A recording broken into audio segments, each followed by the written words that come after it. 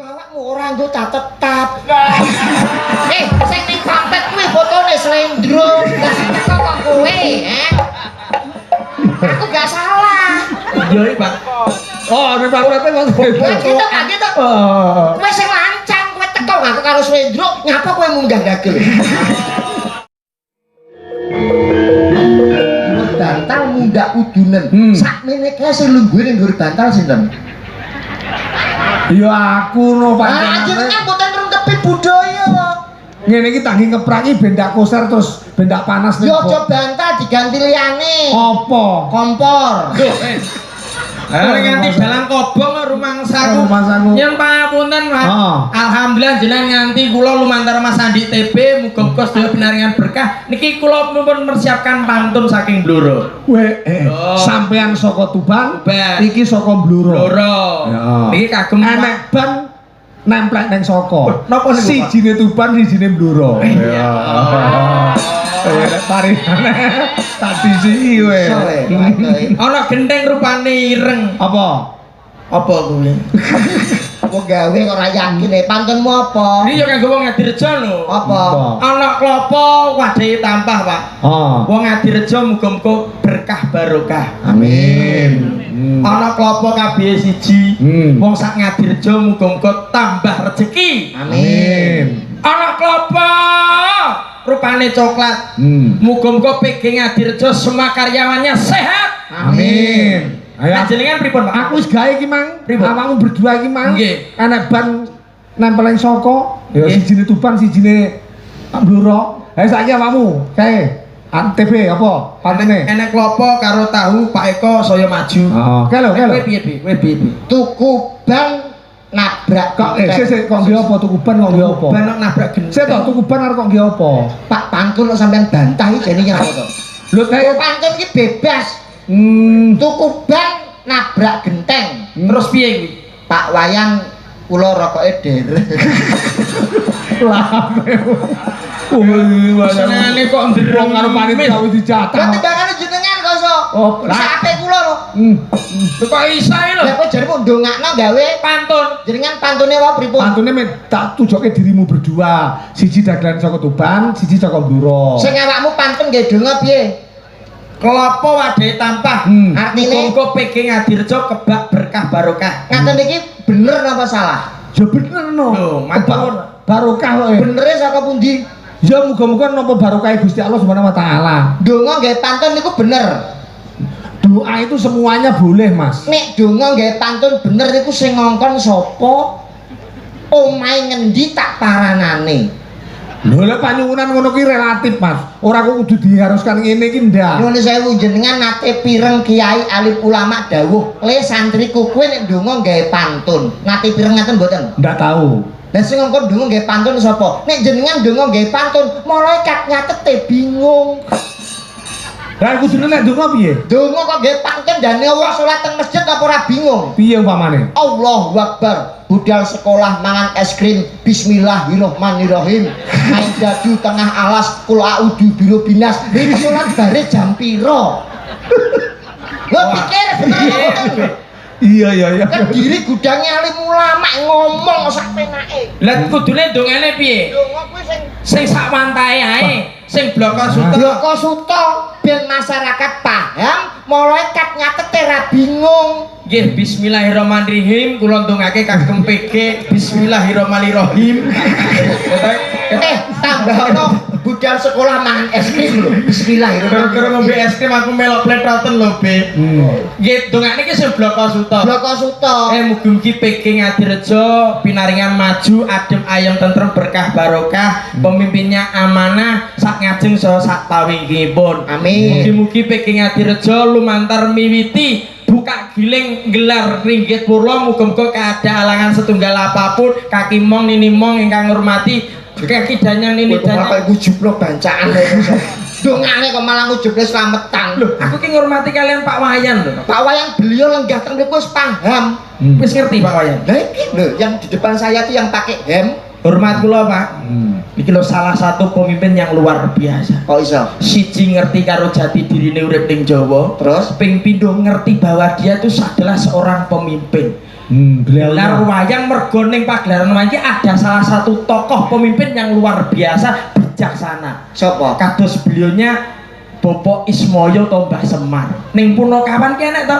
Ning Punokawan tuh Semar kuwi Punokawan sing paling abot dhewe gaweane, gawe tentreme, gawe rukune wong sak ngalam donya. Sing mimpin karo Pandhawa, kebijakane apik. Meruk. Leres mboten niku kula ngendika niki leres mboten. Apik. Semar memang kena ditokohkan banget. Pemimpin nggih, umpami ditocone kalian Pak Wayan pun pas dereng. Iso menjadi seorang figur pemimpin, iso menjadi seorang batur, iso memberi kebijaksanaan. Lho, saya tau kowe kok ngelokne karo Pak Wayan ki padha wae karo tokoh sing jenenge Semar mau ning Pak Punokawan ki sing paling abot dhewe kan Semar. Nyuwun sewu. nggih batur kena, nggih pemimpin kena. Punokawan sing tugasnya abot dhewe sapa, Pak? Iya Semar niku wau no. Sampeyan dalang wis pirang tahun? 30-an tahun. Kok ora ngerti Punokawan sing tugasnya abot dhewe kok Semar wis sampeyan ora. Lah ngomong karo Prasatya ben tumindak sing becik kok. Semar kuwi penggaweane enteng. Lho, ngawur ya iki. Sing abot ku ora Semar. Apa? Bagong. Kok iso lho? Lah Bagong riwariwi Tulungagung Surabaya, Blitar Surabaya, Jakarta Surabaya, PP Raka Sambat. Kuwi bis nyo. Jenenge bis apa? Bis Bagong. Apa eneng bis Semar? Abot Semar Bagong niku. Kok Semar sampeyan iki? Bagong ora tau sambat. Sing abot ya apa? Sing abot Bagong. Oraimu dhewe ya kok Bagong ini. Oh, greget nek omongan ora tau pas. Bagong pancen riwariwi nggo penumpange sepi ora tau sambat. Bener kuwi lho. Ora tau sambat. Bagong iki pancen sak kotake wayang sing sugih dhewe iki pancen Bagong ya. Lah kok saged? Lah buise sak mono ki. Abot Bagong iki. Iki lho kok omongane malah dong gelak. Lah ini ki apa ya melok ngencengi neh to iki. Lah apa kaya Apa padha lali apa piye? Nyapa? Omongan iki hati-hati lho. Iki tanggal piro? Tanggal loro. Loro apa? Loro Mei. Loro Mei iki dina apa? Dina Sabtu lho. Foto Pak.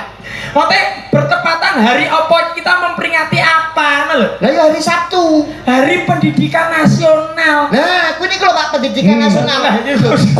Ayo. Kok lah iku mulane omongan itu yang berpendidikan, yang intelektual, sing positif kira-kira ki bapak ibu iku nyimak ora mung tontonan ning iso nggawa tuntunan. Lho. Lah hubungane apa karo Pendidikan Nasional? Bandel tak pikir-pikir bener sanajan bocah kok. Ning utek iki banyak meletik.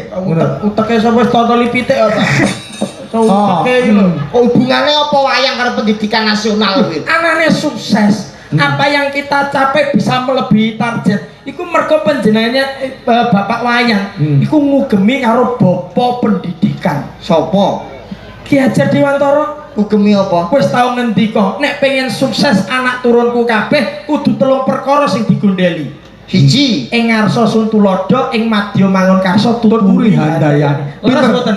Ya, bener Mbah Nuwun. Kowe kok pinter men to, Le? Lho, Kuwi peninggalane Ki Hajar Dewantara. Lah, kula nyimak jenengan derek sinau jenengan kok. Kuwi lho, ing ngarsa Sutrodo ing Madya Mangunkarsa tuturi handayani. Deng morandul, gundul. pemimpin nek iso sukses kudu nggocahi 3 perkara. 3 perkara. Siji, Ing ngarsa sun tulodo, ing madya mangun karsa tuturi handayani. Beliaunya itu bijaksana, 3 perkara dicekli mulane Ing ngarsa Suntulodo Sukses. ning ngarep dadi patuladan. Terus Ing sing mau? Madya Mangunkarsa ning tengah-tengah iso gawe senenging swasana. sing nomor 3, Tuturi handayani. Napa niku? Sanajan ning mburi ning duwe kekuatan untuk mensupport karo sing Sing anak buah. nyiptakan iki sapa?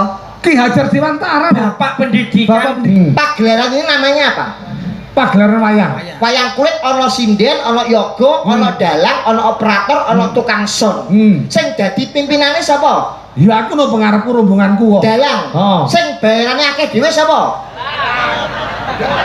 Sing bayarane akeh dhewe sapa? Malah mlilik. Lilik matamu. Aku yo mikir. Ikhlas. Aku arep muni akeh dhewe ya sungkan ngono. Dadi iki bloko maju jen Oh iki. wis oke dhewe. Sakmene lho anggota wayang niki. Pimpinane sinten? Kula, Sing bayarane akeh dhewe sapa? aku. Numpuk bondo ora? CB. Ngono kok ora percaya iki. Aku sebagai konco isin, Pak. Ngono iki jenenge sensitif, Mas. Tak belani, Pak. Privasi ora usah kok. Dalang abot lho, Bi. Apa? Dalang ki abot lho Sing tugas. ngomong dalang abot sapa? Rumah samu. Kowe iku ora dalang rene, tak takonane. Dalang ki abot bener kae. Dalang niku abot apa entek? Ya abot no, sewengi deng ngolani wayang, Dan- rungokne gending. Dalang kuwi- sikile ngeprak. Dalang kuwi Abot. nek abot nyapa nek tanggapan kok budal. Nek abot diselehne nek enteng dilakoni jenengan ditelepon Pak JM. Pak Eko, tanggal 2 Mei pentas tengah Dirjo. Oh, ngapunten Pak, kula mboten saged. Wabot Pak, pesine ngacem. Ora kok ditampa niku enteng. Lho, aku sesuai kok mendhet lho. Iki ketek kowe apa ora nyaman? Nyapa? Pak Eko suwi ngadep debok lho. Ki nek mripate ra betah. Ya rumah samu yoga madhepen terminal apa piye? Yoga yo madhepe debok. Loh, tapi kan tangannya obah. Ya tukang kendang apa dekem ini kendang? Sikile yo polah lho. Jebok ki yo polah. Iya toh, Pak? Wangel aku. Kowe aja sembrono lho. Nyapa? Bayarane akeh dhewe. Nyuwara lho, Bi. Dari masamu sinden sakmene iki bisu yo. Iki yo nyuwarane bayarane akeh sapa? Akeh Pak Eko. Lah yo numpuk bondo. Ing ngarsa Numpuk bondo. pemimpin. Sing ning ngarep mesti numpuk bondo, nggih napa mboten?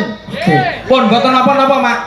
Untuk sementara niki awak dhewe kalah. Gitu. Lepas dari pagelaran wayang. Apa? Kowe apa ora eling? Apa? Ning koyo ngene iki kowe iki bayarane melok karo Pak Eko lho. Maksudnya? Lho, awak dhewe iki menurut karo Pak Eko, paklirane Pak Eko. Sing bayari? Pak Eko. Oh, sorry. Mane akeh dhewe. Sorry awake dhewe sing bengi iki sing bayari ra Pak Eko, sing bayari Pak JM. Duit saka Pak JM diwenehi Pak Eko terus diwenehi awake dhewe. Ibaratnya Pak Eko kuwi makelar mobil. Kuwi mek titip tok ning kono. Aja salah kowe. Pak iki pripun, Pak? Nggih, Pun. Ngene ae. Lepas saka wayang. Ya. Saiki kowe karo aku. Nyapa? Dagelan ki ketuane sapa? Aku. Oh, berarti kowe akeh dhewe kurang ajar. Numpuk Saya bondo. Berarti kowe numpuk bondo kowe. 15 juta lho kula mau nduk 3,5 juta. Aku karo kowe pancen kula grup. Kenapa kok bayaranku akeh dhewe? Mergo awakmu ora anggota tetap. Sing ning pampet kuwi fotone slendro. Lah kok kowe, Aku gak salah. Iya, Pak. Oh, nek pampete kok. Kowe gitu Pak gitu. Kowe sing lancang, kowe teko aku karo slendro, ngapa kowe munggah dagel? Selendro golek liya. Nek iki kalah aku, nek iki ra melok-melok aku. Percaya mboten? Ya ya nek iki Sing kedua, ing madya mangan kanca niku bahaya, Pak. Lho. Lah ning ngarsa mang numpuk bondo, ing madya Mangan kanca. Sik niki kula benerke, dalang kuwi enteng. Dadi JM mek jenjang-jenjang manajer niku enteng, dadi bupati niku enteng. Sing angel abot niku prosesnya untuk menjadi seseorang. juga tanggung jawabnya lho. Betul, dadi dalang prosesnya abot. Kudu iso gendeng, iso ngobane wayang, iso caturan, iso tembang, res Lah mboten. saiki Pak General Manager, abote piye? Abotnya karena berproses dari bawah, dari karyawan sampai menjadi kepala bagian, manajer, jenderal manajer. Oh iya. Wakil bupati yang ngono, wakil bupati abot apa enteng? Abot. Nah, abot tuh sampean ra dadi ngakoni. Niki jujur mawon. Kuwi masalah wis Lagi abot kena prosesnya abot. Abot. Nek wis dadi enteng. Tuh. Wis ape-ape dalem kok iso. Anda kita kok KPK enak. Aja ngrembug kuwi malah iki malah medeni wong. Sing nomor 2 coba. Ing madya mangan kanca niki bahaya, Pak. Omongan kena dicekel ora lho. Nek ana wong yang gak sampean apik karo sampean, sampean kudu pilih-pilih. Mergo niate loro. Siji niate ikhlas, nomor loro pengen rusak pager utamane jenengan. Paling gak rumah tanggane jenengan utawa karire panjenengan. Hati-hati, Pak. Wong niku ora saben wong ikhlas. Sosok kepengin nyenengi bojone sampean. Sapa ngerti? Mergo ana lagu bojomu tak silihe. Iya. Niku Sik kok sampean kok ya to ora nek pembelaan. Ing madya mangan kersa enak kedadean ngono kuwi. Hah, Lho, kuwi akeh. realita lho, Le. Lho tapi sing dina garwane jenengani, Pak. Garwa ki sigarane nyawa lho, Pak. Mek tinggi gambaran ora apa-apa. dandaran nek kok Ya, tapi ya ora mungkin lho, mbok paling ora ki golek contoh liyane. Contoh sapa? Bojoku. Lho garwane Pak Eko kuwi wis SE lho. Sarjana ekonomi pendidikannya dhuwur. Lah wong bojone Pak Eko SE kok umuk ning aku. Lho bojoku elek-elek kuwi SPD MMD. Sarjana pendidikan magister master. Sapa sing ngomong sarjana pendidikan? S2 wisan. S2 nopo? Lah aku mang SPD MMD niku sekolah pedodel mergo meteng dhisik. Dadi kula pacan 2 wulan bojoku meteng 3 wulan. Kuwi jele repot ning kowe sing koclok.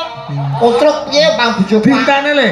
Ing madya mangan kanca ku mang wis dirakokake Sing gambaran. terakhir Tut uri golek rai. Lah niki sing penting. Ini muncul saat ada peristiwa pemilihan kades, pemilihan bupati, legislatif ataupun presiden. Mesti ana wong golek rai, adol swara. Umami jenengan calon. Niki lho Pak anak buah kula. pun jenengan cepeng. Pun jenengan kei 50-an numpuk jenengan Pak. Saestu niki. Kok ana calon neh tawa niki lho Pak anak buah kula. Pun jenengan cekel 50-an mesti manut. Mulane ana tetembangan utawa tembung ana kethek mlumpat pager. Terus duwite entek dipangan kader kados jenengan. Duwite dipangan kader. iya Tekmuri mak golek rayu maksudnya. Iya. Apa-apa karepe kula dibantah. Wis tak padakne kali Ismoyo Mbah Semar yo dibantah. Pendidikan Ki Hajar Dewantara yo dibantah, tapi siji ki sing ra iso terbantahkan, Pak. Apa? Karena beliaunya itu eling karo wong tuwa. Bapak Wayan. Encen sapa wonge anak sing eling karo wong tuwa insyaallah ora bakal ketelatan sandang lan pangan. Heeh, Tirakate Pak Wayan ki wong tuane ki gede banget lho. Ya padha karo aku no. Lho. Iso apa-apa kok pacak kowe. Lho, kula saged ngaten iki mergo tirakate bapak kula Pak kejawene Islame hebat. Bapak kula niku topo pendem ket 2015 ngantek saiki rong tangi blas Pak. Kowe ki Andi TB. Kangane Hengki sing dadi nyiliti. Nah, bapakku Sandirono. Jenenge Sandirono zamane karo Abah Kirun. Kuwi tirakate topo pendem wiwit 2015 nganti saiki rong tangi blas. Gedhe tirakate. kuwi pakmu mati, Bi. Oh mati to? Mati. Kok ora telepon?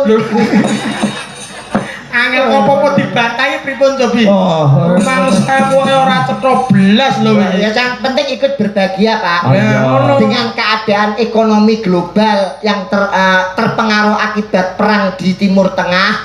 Insya Allah ekonomi Indonesia baik-baik saja. Semoga PG Ngadirejo sebagai tonggak ekonomi di Indonesia bisa mengembalikan ekonomi sehingga Indonesia tahun 2045 menuju ke Indonesia emas.